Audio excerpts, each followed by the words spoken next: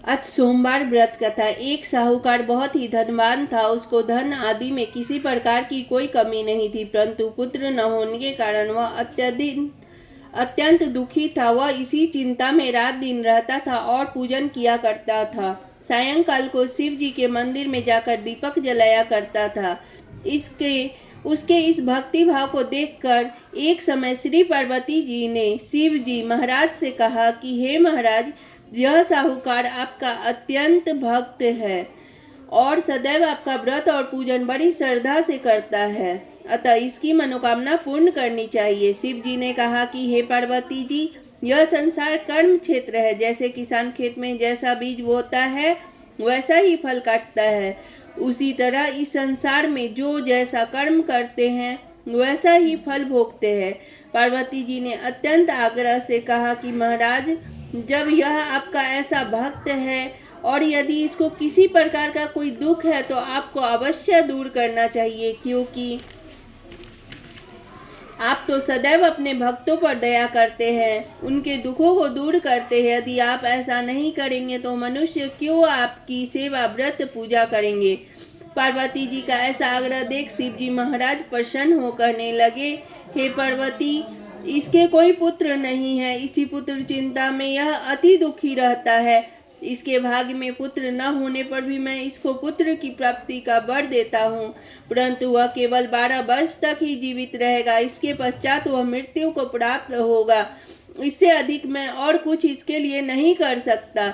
यह सब बात साहूकार सुन रहा था। इससे उसको न प्रसन्नता हुई न दुख हुआ। वह पूर्ववत वैसे ही शिवजी महाराज का सोमवार का व्रत और पूजन करता रहा। कुछ काल व्यतीत हो जाने पर साहूकार की स्त्री गर्भवती हुई और 10वें महीने में उसके गर्भ से अति सुंदर पुत्र की प्राप्ति हुई। साहूकार के घर में बहुत खुशी मनाई गई, परंतु साहूकार ने उसकी केवल 12 वर्ष की आयु जान कोई अधिक प्रसन्नता प्रकट नहीं की और न किसी को भेद बताया। जब वह 11 साल का हो गया तो उस बालक के माता पिता ने उसके विवाह के लिए कहा, परंतु वह साहूकार कहने लगा, मैं अभी इसका विवाह नहीं करूंगा, काशी जी पढ़ने के लिए भेजूंगा। फिर उस साहूकार ने अपने साले अर्थात बालक के मामा को बुला उसको बहुत सा धन दे करके कहा, तुम इस बालक को काशी जी पढ़ने के लिए ले जाओ और रास्ते में जिस जगह भी जाओ वहाँ यज्ञ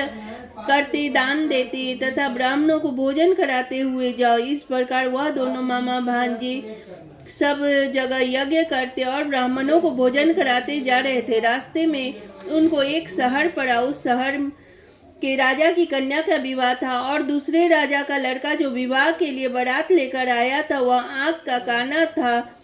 लड़के के पिता को इस बात की बड़ी चिंता था कि वर को देखकर कन्या के माता पिता विवाह में किसी प्रकार की अड़चन न पैदा कर दे। इस कारण जब उसने अति सुंदर सेठ के लड़के को देखा तो मन में विचार किया, क्यों न दरवाजे के समय पर इस लड़के से वर का काम लिया जाए। ऐसा विचार कर राजा ने उस लड़के और उसके मामा से कहा तो वह राजी हो गए और साहूकार के लड़के को स्नान आदि करा, वर के कपड़े पहना तथा घोड़े पर चढ़ा दरवाजे पर ले गए और बड़ी शांति से सब कार्य हो गया।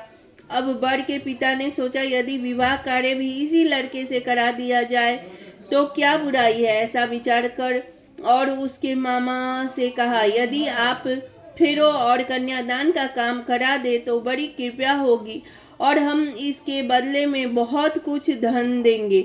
उन्होंने स्वीकार कर लिया और विवाह कार्य बहुत अच्छी तरह से हो गया। परंतु जिस समय लड़का जाने लगा तो राजकुमारी के चुनरी के पल्ले पर लिख दिया कि तेरा विवाह तो मेरे साथ हुआ, परंतु जिस राजकुमार के साथ तुमको भेजेंगे वह एक आंख का काना है और मैं तो काशी जी पढ़ने जा रहा हूँ।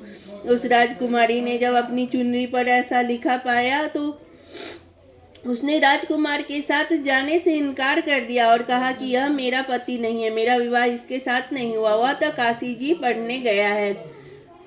कुमारी के माता पिता ने अपने कन्या को विदा नहीं किया और बारात वापस चली गई। उस सेठ का लड़का और उसका मामा काशी जी पहुंच गए। वहां जाकर उन्होंने यज्ञ करना और लड़के ने पढ़ना शुरू कर दिया। जब लड़के की आयु 12 साल की हो गई तब एक दिन उन्होंने यज्ञ रच रखा था कि उस लड़के ने अपने मामा से कहा, मामा जी